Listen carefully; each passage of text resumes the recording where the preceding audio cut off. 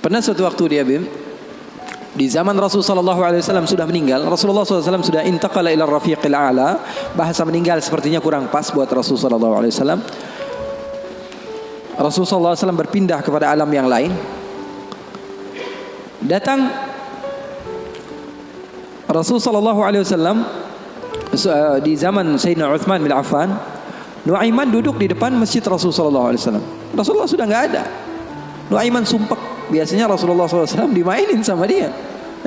Ini duduk di masjidnya Rasulullah SAW. Nggak ada kerjaan dia. Dia ambil batu, dia lempar, ngeliatin orang yang bolak balik sana. Kalau kata orang Malaysia, pusing sana, pusing sini, balik sana, balik sini. Nuaiman melihat ada orang yang buta, orang yang nggak bisa melihat, megang tongkat. Jalan, dia pusing sana, pusing sini, balik sana, balik sini. Nuaiman, saya lagi sumpek, ini orang bikin tambah sumpek. Dipanggil sama Nuaiman, hei buta, kemari kamu. Ini Nuaiman gak bisa ngelihat orang kecuali dikerjain. Itu Nuaiman, gak bisa ngelihat orang kecuali kerjain. Tapi dia dicintai oleh Allah. Susah kan, kalau Allah udah cinta. Makanya cari cinta Allah, bukan cari surganya Allah. Cari ridha Allah, jangan cari surganya Allah. Surga itu makhluk, tapi ridhanya Allah, cintanya Allah itu yang paling mahal. Nuaiman akhirnya dipanggil buta, buta kamu kemari. Kenapa kata si buta? Saya ini pusing, saya lagi sumpek, ngelihat kamu tambah sumpek, kata Nuaiman. Saya ini bukan mau bikin sumpek orang, kata si buta. Lalu apa yang kamu ingin lakukan? Saya ini dari tadi cari toilet, saya kebelet, kata si buta. Saya bersama anak saya yang biasa membawa saya, tapi anak saya sekarang sedang pergi ke pasar. Saya tidak tahu di mana dia. Saya sudah nggak kuat, kata Nuaiman. Oh, kamu cari toilet, bilang dari tadi, nanti saya bantu, kata Nuaiman. Dipegang tangannya sama Nuaiman. Ini mau balas dendam ini Nuaiman. Ini dipegang tangannya, dibawa kemana? Ke masjidnya Rasulullah Sallallahu Alaihi Wasallam. Dulu masjid nggak ada toiletnya, beda sama sekarang. Sekarang orang ke rest area ngeliat ada masjidnya nggak? Ada. Mau ngapain? Mau sholat duha? Bukan, cari toiletnya. Nah, orang zaman sekarang kan begitu. Maka Nuaiman memegang tangan si buta, dibawa ke masjidnya Rasulullah. Kira-kira sudah dekat mihrab, di samping, di depan, katanya, oh ini toiletnya. Kamu mau ngapain? Terserah kamu di sini. Apakah sudah tidak ada orang di belakang saya? Tidak ada, sudah aman tempatnya. Nuaiman kabur udah nggak ngurusin lagi udah. Orang lagi sholat banyak, sahabat-sahabat tabi'in lagi pada sholat. Ini tiba-tiba di depan, bayangin di depan situ ada yang buka celana. Yang lagi sholat, mereka mempercepat sholatnya, lalu maju ke depan, ingin dipukul ini orang. Ternyata ketika dilihat, wah buta ternyata. Kenapa kamu berani buang air kecil di masjidnya Rasulullah? Awa masjidi Rasulullah. Apakah ini masjidnya Rasulullah? Iya, ini masjidnya Rasulullah. Inna lillahi wa inna ilaihi raji'un. Kata siapa? Si buta ini. Tadi saya cari-cari toilet, tiba-tiba saya berjumpa dengan orang yang sepertinya orang baik. Dari tutur bicaranya adalah orang baik. Dia katakan ini adalah toilet, tempat buang air kecil. Kata sahabat-sahabat, pasti ulahnya Nuaiman. Karena semua sudah tahu, sudah ini kerjaan Nuaiman, gak ada selain dia. Maka siapa kata si buta? Nuaiman. Oh, kurang ajar Nuaiman. Saya nadar, saya tidak keluar dari kota Madinah, pulang ke kampung saya sebelum saya pukul Nuaiman dengan tongkat saya. Buta ini sudah begitu marah. Akhirnya dia keluar dari masjid, dia cari-cari. Dia pusing sana, pusing sini, lari sana, lari sini. Dia cari di mana yang namanya Nuaiman. Tanya ke sana, tanya kemari. Tahu nggak Nuaiman? Oh, Nuaiman kalau dicari nggak bakalan ketemu. Tiba-tiba dia sudah capek, ini si buta. Nuaiman datang. Nuaiman tanya, nakar sautu. Dia rubah suaranya. Buta, lagi ngapain sendirian di sini? Dia bilang, saya lagi sumpek ini. Sumpek kenapa? Saya ditipu sama orang. Siapa namanya? Nuaiman. Terus kamu mau ngapain sekarang? Saya mau balas dendam. Oh, sini saya antar kamu kepada Nuaiman. Padahal yang ngomong siapa? Nuaiman. Ini bukan cerita-cerita saya yang bikin loh, bukan. Ada riwayatnya. Maka Nuaiman memegang tangan si buta, dibawa lagi kemana? Dia bohongi, dia tipu. Dia ajak keliling-keliling dulu, seakan-akan tempatnya sudah jauh. Selepas itu dia bawa ke masjidnya lagi. Dibawa lagi ke masjidnya Rasulullah SAW. didekatkan kepada mihrab. Ketika itu Khalifatul Rasulullah Sayyiduna Uthman bin Affan Amirul Mukminin sedang salat. Sayyidina Uthman, jangan kalian tanya khusyuknya di dalam salat. Bahkan beliau terbunuh ketika sedang membaca Al-Quran, zikir kepada Allah Subhanahu wa taala. Dibawa oleh Nuaiman si buta dengan tongkatnya, disuruh pegang-pegang di mihrab. Ada orang enggak? Ada. Itu tuh Nuaiman itu, dia pura-pura soleh, itu dia habis nipu kamu, dia pura-pura salat katanya. Oh, ini Nuaiman. Iya. Akhirnya Nuaiman pergi. Nuaimannya pergi. Buta ambil apa? Tongkatnya, dia pukul Sayyidina Uthman bin Affan. Sekencang-kencangnya dari belakang orang-orang, para sahabat, para tabi'in, mereka teriak, "Qutila Amirul Mukminin." Ada musuh yang mau bunuh Amirul Mukminin. Semua menyerbu. Ternyata dia lagi. Baru sekitar setengah jam yang lalu dia buang air kecil di sini. Sekarang sudah pukul Sayyidina Uthman bin Affan. Akhirnya semua orang bingung. Dia bilang, "Kenapa kamu pukul Amirul Mukminin?" Katanya gemeter dia. "Saya pukul tadi barusan Amirul Mukminin. Saya ditipu sama orang. Orang bilang itu adalah Nuaiman." Katanya, kata si buta, "Demi Allah, semenjak sekarang saya tidak akan pernah percaya lagi sama manusia." Jadi hal-hal yang seperti itu ada. Bahkan di zaman Rasulullah sallallahu alaihi wasallam diriwayatkan beberapa ashabus sunan, mereka meriwayatkan Nuaiman ini pernah di zaman Rasul loh, di zaman Rasul. Terusin be. Penyemangat Habib Muhammad. Tapi dia curang. Di tempat saya cuma berbicara 10 menit aja. Kalau ceramah di tempat saya hanya 10 menit. Saya sudah setengah jam lebih nih. Hampir sejam. Double ini Beb.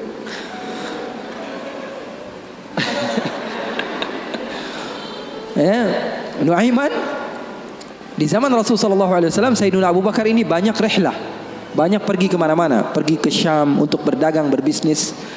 Suatu saat Sayyidina Abu Bakar datang ke Rasulullah mengatakan, "Ya Rasulullah, saya mau izin." "Izin apa wahai Abu Bakar?" "Saya mau ajak Nuaiman ini ikut saya berbisnis ke negeri Syam, ke luar negeri ini, bikin paspor Nuaiman. Keren, ke daerah lain, ke Syam." Kata Rasulullah, "Ya sudah, bawa saja Nuaiman, enggak apa-apa." Sahabat Nabi izin dulu sama Rasulullah. Dibawa Nuaiman.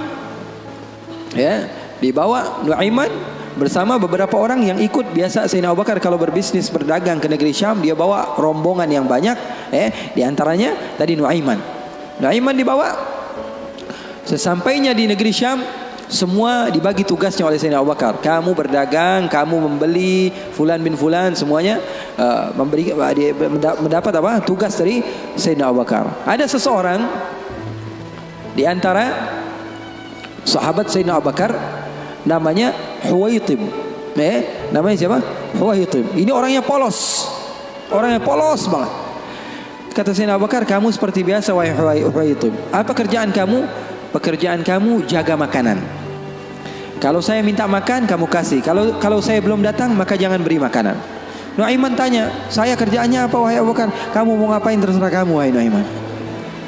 Yang penting kamu hadir bersama-sama." Rasulullah SAW dan sahabatnya itu manhaj mereka, nggak melulu serius aja. Kalau kalian dapatkan guru-guru kalian mengajak sedikit bercanda kepada kalian atau berlaku asik kepada kalian, itu manhaj Rasulullah SAW di dalam menggapai hati seseorang sehingga dia mau untuk mendekati agama Islam.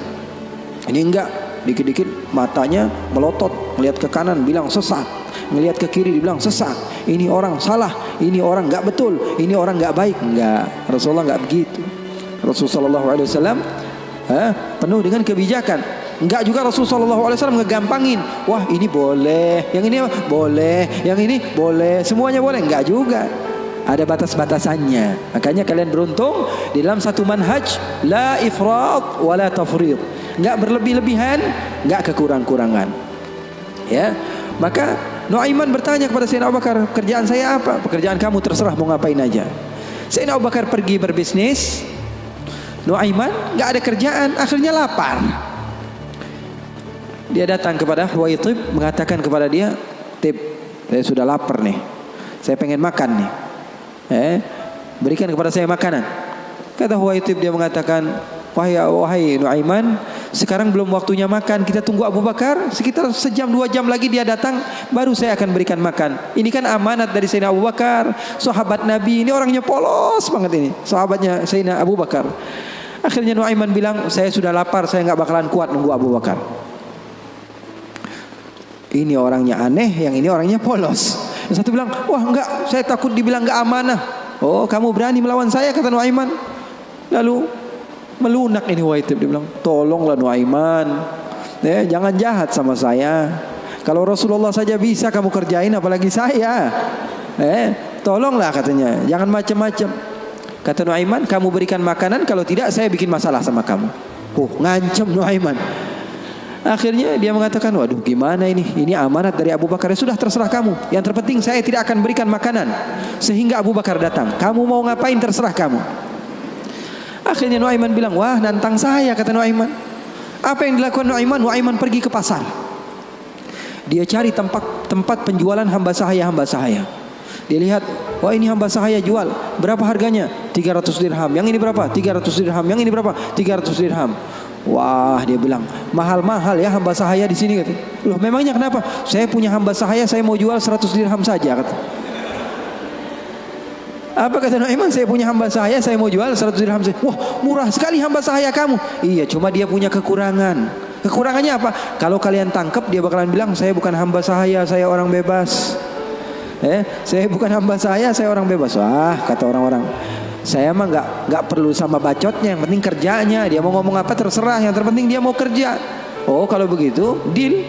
Saya jual hamba sahaya saya, dapat uang 100 dirham nih, uang yang banyak. Kemudian didatangi Huwaitib, kemudian dikatakan, wah itu tuh hamba sahaya saya. Ditangkaplah Huwaitib. Teriak-teriak dia, saya bukan hamba sahaya, saya orang merdeka. Kata yang beli, kami udah tahu ini kekurangan kamu. Nuaiman tuh cerdasnya, pinter otaknya. Akhirnya dibawalah ini orang ke pasar dan dijual di pasar. Itu sahabat Nabi padahal dimainkan sama Nuaiman. Nuaiman ambil uangnya, dia beli makanan, beli baju, belanja dia, shopping akhirnya. Dia beli peralatan segala macam, dia pulang akhirnya. Sayyidina Abu Bakar tanya, mana ini Huwaitib, katanya. Mana kok nggak ngasih makanan sama sekali? Di mana dia pergi? Kata Nuaiman, udah aneh jual. Jujur lagi dia, udah di mana ente jual? Salah sendiri katanya. Saya minta makan nggak dikasih makan, akhirnya jual. Ketawa Sayyidina Abu Bakar. Di mana kamu jual? Ayo kita pergi ke dia. Dicari di pasar, ternyata Huwaitib masih berada di satu tempat, di situ dia dijual. Untung belum dibeli orang itu. Berapa kalau udah dibeli orang lain kan? Sayyidina Abu Bakar bilang, ini berapa harganya? 300 dirham. Dibayar sama Sayyidina Abu Bakar langsung. Dibayar sama Sayyidina Abu Bakar. Akhirnya dibawa pulang ke kota Madinah. Sayyidina Abu Bakar menceritakannya kepada Rasulullah SAW. Rasulullah tertawa sejadi-jadinya, katanya, hatta badat nawajidhuhu, sampai katanya gigi geraham Rasulullah kelihatan, katanya. Saking Rasulullah tertawa sejadi-jadinya ketika mendengar kisah antara Nuaiman tersebut. Katanya halal haul, kata perawinya, sampai 1 tahun berlalu kisah Rasulullah pasti tetap tentang Nuaiman ngejual sahabatnya yang lain. Rasulullah SAW hidupnya asik. Rasulullah SAW hidupnya seru. Oleh karena itu, yang terpenting apa? Ilmu walaupun sedikit tapi amal. Ilmu walaupun sedikit tapi amal.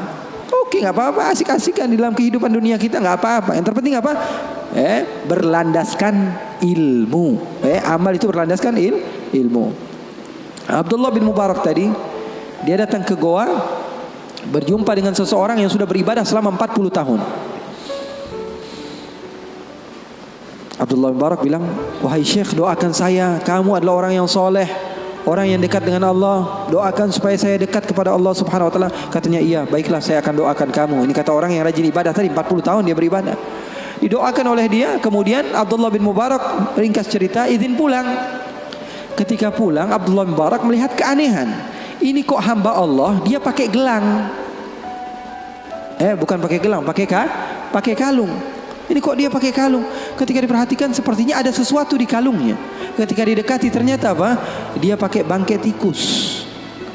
Jadi di sini dia pakai kalung, di bawahnya ada bangkai tikus. Na'udzubillah min dzalik. Ditanya sama Abdullah bin Mubarak, itu yang kamu pakai apa? Oh, ini ceritanya sudah lama, katanya. Bagaimana ceritanya? 40 tahun yang lalu Ketika saya pertama kali datang ke tempat ini untuk beribadah hijrah kepada Allah, saya mau hijrah nih. Saya tinggalkan kehidupan saya yang lalu. Saya duduk di tempat ini, saya beribadah. Saya rapikan tempat ini karena saya tahu tempat ini tempat makan saya, tempat tidur saya, tempat sholat saya. Ketika saya sedang merapikan, ternyata ada tikus. Akhirnya saya bunuh. Takut saya diganggu oleh tikus tersebut. Setelah saya bunuh, saya berpikir, saya beristikharah. Dia bilang istikharah lagi. Dia bilang, saya pikir saya datang ke tempat ini untuk beribadah kepada Allah, tapi kenapa saya mengganggu hambanya Allah? Maka setelah itu saya bernadar, saya tidak akan sholat kecuali membawa dia. Dia bilang, saya tidak akan sholat kecuali membawa dia. Dia bingung, Abdul Barak, kamu tidak tahu bahwa bangkai ini ada sesuatu yang najis? Sholat kamu bisa menjadi tidak sah. Jangankan ibadah sunnah kamu, ibadah wajib kamu saja perlu diqadha. Ibadah wajib kamu saja tidak sah. Bukan menjadi hamba Allah yang banyak ibadahnya, malah dia banyak dosanya dan memiliki tanggung jawab di sisi Allah. Kenapa? Alasannya karena nggak punya ilmu. Mau banyak-banyak hasil tapi ilmu nggak ada. Itu namanya PA. Tahu nggak? Mau banyak hasil tapi ilmunya nggak ada. Banyak kerjanya tapi bukan berlandaskan ilmu, maka hasilnya juga kosong. Oleh karena itu pesan saya, kalau kumpul-kumpul sama habaib, sama ustadz-ustadz, sama siapapun orang-orang yang memiliki ilmu, ambil walaupun sedikit daripada ilmunya, amalkan itu saja dulu. Nanti jangan terlalu banyak, pengennya begini, pengennya begitu, pengennya langsung jadi wali, jangan. Mencontoh gurunya ketika gurunya sudah jadi, itu kesalahan besar. Tuh catat, mencontoh guru ketika guru sudah jadi itu kesalahan besar. Mencontoh guru itu ketika dia belajar. Ketika dia berusaha, nggak ada orang yang alim, orang yang sukses kecuali dulunya dia susah. Ini mau nyontoh yang udah kerennya doang. Gaya berjalannya, pengen mobilnya sama, handphonenya sama, semuanya pengen sama, penampilannya pengen sama. Nanti dulu.